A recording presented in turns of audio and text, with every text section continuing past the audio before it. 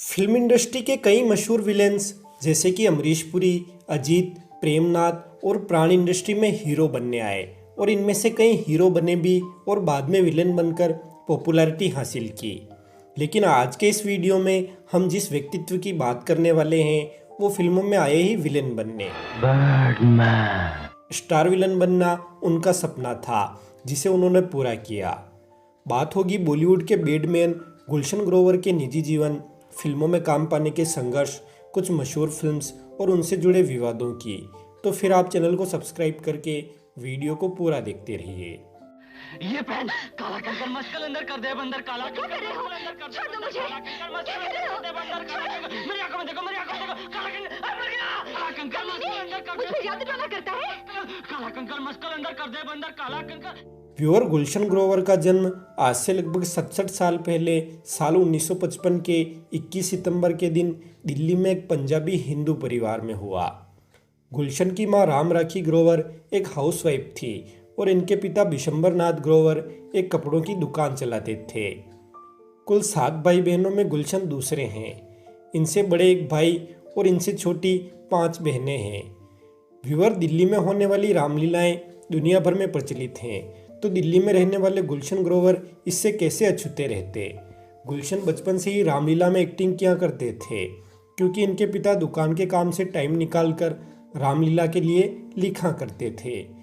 गुलशन के घर की आर्थिक स्थिति भी कुछ ज़्यादा अच्छी नहीं थी, इसलिए स्कूल के साथ साथ गुलशन घर घर जाकर कपड़े धोने का साबुन और डिटर्जेंट पाउडर बेचा करते थे और बाकायदा सर्फ और साबुन की क्वालिटी बताने के लिए वे कपड़े धोकर भी लोगों को दिखाते थे।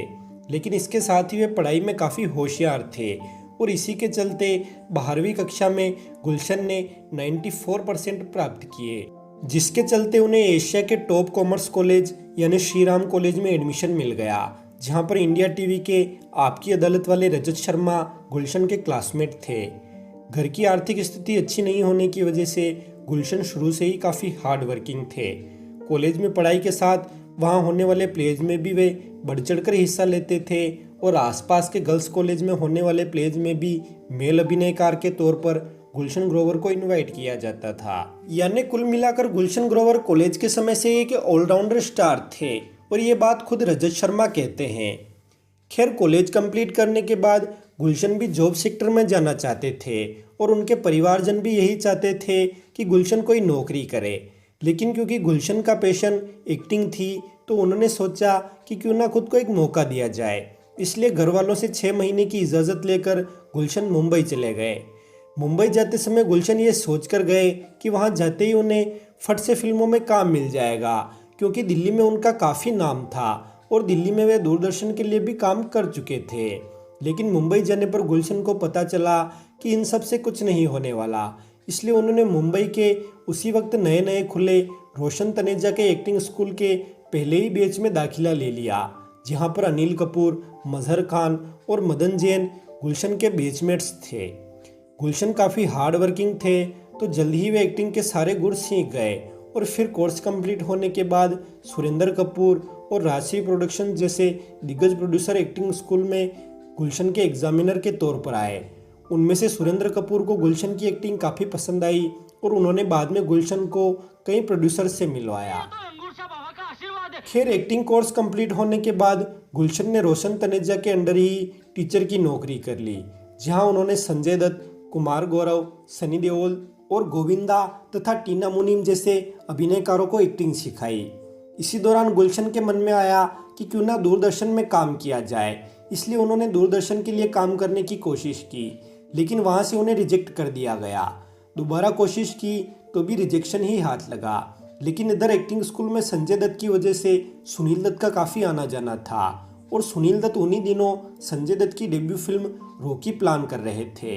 तो गुलशन की एक्टिंग से प्रभावित होकर उन्होंने गुलशन को रॉकी में संजय दत्त के दोस्त के रोल में साइन कर लिया। और उन्हीं दिनों अनिल कपूर के फादर सुरेंद्र कपूर के प्रोडक्शन में एक फिल्म बन रही थी हम 5, और इसके 5 लीड रोल्स में से एक रोल सुरेंद्र कपूर ने गुलशन ग्रोवर को दे दिया। और अब इन दोनों फिल्म्स में गुलशन को पॉजिटिव रोल्स मिले थे, लेकिन जल्द ही गुलशन ने यह महसूस किया कि वैल्यू सिर्फ स्टार्स की होती हैं, इसलिए मुझे भी एक्टिंग फील्ड में स्टार बनना पड़ेगा। गुलशन को डांस नहीं आता था, इसलिए स्टार हीरो बनने के बजाय उन्होंने स्टार विलेन बनने की ठानी और मेहनत में जुट गए। राजा ने अगर मुझे फंसाया ना तो मैं सबको फंसा दूंगा। उन्हीं दिनों अनिल कपूर एक मलयालम फिल्म में काम कर रहे थे, तो उस फिल्म के सेट पर वे गुलशन ग्रोवर को अपने साथ ले गए और वहीं पर गुलशन ग्रोवर की मुलाकात एक शख्स से हुई जो कि कमल हसन और श्रीदेवी के साथ सदमा फिल्म बना रहे थे, और उन्हें गुलशन सदमा के नेगेटिव रोल के लिए इतने परफेक्ट लगे कि साइन किए हुए एक्टर को निकालकर उन्होंने गुलशन ग्रोवर को साइन कर लिया। सदमा 1983 में रिलीज हुई और गुलशन की बतौर विलेन पहली फिल्म रही। इसके बाद 1983 में ही आई फिल्म अवतार में गुलशन ने राजेश खन्ना के बेटे का ग्रे शेड वाला किरदार निभाया, और अवतार ही वो पहली फिल्म थी जिसे गुलशन ग्रोवर के परिवार वालों और दिल्ली के करीबियों ने पहली बार देखा, और देखकर तारीफ करने के बजाय सारे जानने वाले गुलशन के परिवार वालों को यह कहकर सांत्वना देने के लिए आए कि हमारा गुलशन दिल्ली में तो माँ बाप का बड़ा आज्ञाकारी था, पर पता नहीं मुंबई वालों ने इसके साथ क्या किया जो वो ऐसा हो गया है। खैर, अवतार के बाद गुलशन सोहनी महिवाल, मशाल और प्यार के नाम कुर्बान जैसी फिल्मों के जरिए धीरे धीरे सफलता की सीढ़ियां चढ़ने लगे। और फिर आया साल 1989 और फिल्म आई राम लखन।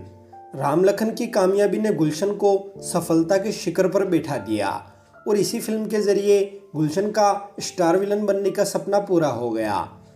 केसरिया विलायती very bad man. Ram Lakhan में गुलशन ग्रोवर द्वारा बोला गया ये डायलॉग बहुत पॉपुलर हुआ, और इसके बाद गुलशन द्वारा निभाए जाने वाले हर किरदार के लिए अलग से तकिया कलाम लिखा जाने लगा। शंकर बिहारी को सपना के साथ गाना गाना ही है। और गुलशन उसे इतनी शिद्दत से बोलते कि दर्शकों को हर बार कुछ नया अनुभव होता। खाकसार को लोग केकड़ा बोलते हैं, इंस्पेक्टर के कड़ा। राम लखन के बाद कुर्बान, बंजारन, अन्नाडी, सर, राजा बाबू, दिलवाले, मोहरा और यस बॉस जैसी कई फिल्मों में गुलशन की विलेनी बहुत पसंद की गई। गुलशन के पास फिल्म्स के ढेरों ऑफर आ रहे थे, लेकिन फिर से उन्होंने एक नया चैलेंज लिया, और ये चैलेंज था हिंदी सिनेमा के साथ साथ हॉलीवुड सहित अन्य देशों के सिनेमा में काम करना। शुरू में गुलशन को ये सब आसान लगा, लेकिन जल्द ही उन्हें पता चला कि हिंदी सिनेमा के उन जैसे कमर्शियल एक्टर विदेशी फिल्म संसार में अनप्रोफेशनल माने जाते हैं। यानी जो भी विदेशी फिल्म मेकर किसी हिंदी सिनेमा के एक्टर को कास्ट करना चाहता है तो 8 फिल्म में काम करने वाले अभिनेताओं को ही आगे किया जाता है, और वो भी बहुत सी तारीफ के साथ, जबकि कमर्शियल फिल्म में काम करने वाले अभिनेताओं की बुराई की जाती है, जैसे कि वे तो बहुत ही लाउड एक्टिंग करते हैं, अनप्रोफेशनल हैं इत्यादि। लिहाजा गुलशन को विदेशी फिल्म मेकर्स को ये समझाने में बहुत समय लगा कि कमर्शियल सिनेमा में भी उनके जैसे कई अच्छे एक्टर हैं जो कि प्रोफेशनल हैं, जैसे कि अमिताभ बच्चन, शाहरुख खान इत्यादि। और जब ये बात समझाने में गुलशन कामयाब हुए तो हॉलीवुड वाले चाहते थे कि गुलशन उनकी हिंदी फिल्में छोड़कर सिर्फ हॉलीवुड में ही काम करे, जो कि गुलशन को मंजूर नहीं था, और ये बात भी उन्होंने धीरे धीरे हॉलीवुड वालों को समझा दी। और फिर जो पहली हॉलीवुड फिल्म गुलशन को मिली वो थी जंगल बुक 2, जिसमें गुलशन ने मेन विलेन का किरदार निभाया। लेकिन ये होते ही बॉलीवुड वाले ये सोचने लगे कि गुलशन अब हिंदी फिल्मों में काम नहीं करेंगे, इसलिए कई हिंदी फिल्में उनके हाथ से निकलने लग गई। लेकिन फिर धीरे धीरे हिंदी सिनेमा और हॉलीवुड दोनों को गुलशन की भावना समझ आई, और आज गुलशन दोनों ही सिनेमाओं में सफलतापूर्वक सक्रिय हैं। रुक करें अगर गुलशन के निजी जीवन की तरफ, तो साल 1998 में गुलशन ने फिलोमिना नामक गोवा की एक क्रिश्चियन महिला से लव मैरिज की। इस शादी से उन्हें एक बेटा हुआ जिसका नाम है संजय ग्रोवर। लेकिन बेटे के जन्म के कुछ ही समय बाद गुलशन और फिलोमिना में अनबन होने लगी, और फाइनली 2001 में इन दोनों ने आपसी सामंजस्य से तलाक ले लिया। तलाक के बाद भी इनके बेटे संजय की कस्टडी गुलशन के पास ही रही, और उधर फिलोमिना ने गुलशन के ही सेक्रेटरी से शादी कर ली, जो कि एक्ट्रेस मंदाकिनी के भाई हैं। लेकिन गुलशन ने भी साल 2001 में ही कशिश नामक एक और महिला से शादी कर ली, लेकिन कशिश से भी गुलशन का साल 2002 में तलाक हो गया, और फिलहाल गुलशन सिंगल हैं। लेकिन क्योंकि उनका बेटा अब हॉलीवुड के एक बड़े फिल्म स्टूडियो में बड़े पद पर सेटल हो चुका है, इसलिए गुलशन भी अब तीसरी शादी करने के लिए तैयार हैं। साल 2019 में गुलशन ग्रोवर की जीवनी पर प्रकाशित हुई बैडमैन टाइटल की बुक भी लॉन्च हुई, और इसी साल रॉकेटरी फिल्म में गुलशन एपीजे अब्दुल कलाम के किरदार में नजर आए। व्यूअर, सिनेमा जगत की ऐसी ही नॉन अननोन पर्सनालिटीज पर हम ऐसे ही वीडियोस लगातार लाते रहेंगे। बस आप वीडियो को लाइक एवं शेयर कर तथा चैनल को सब्सक्राइब करके हमारी हौसला अफजाई करते रहिए। धन्यवाद।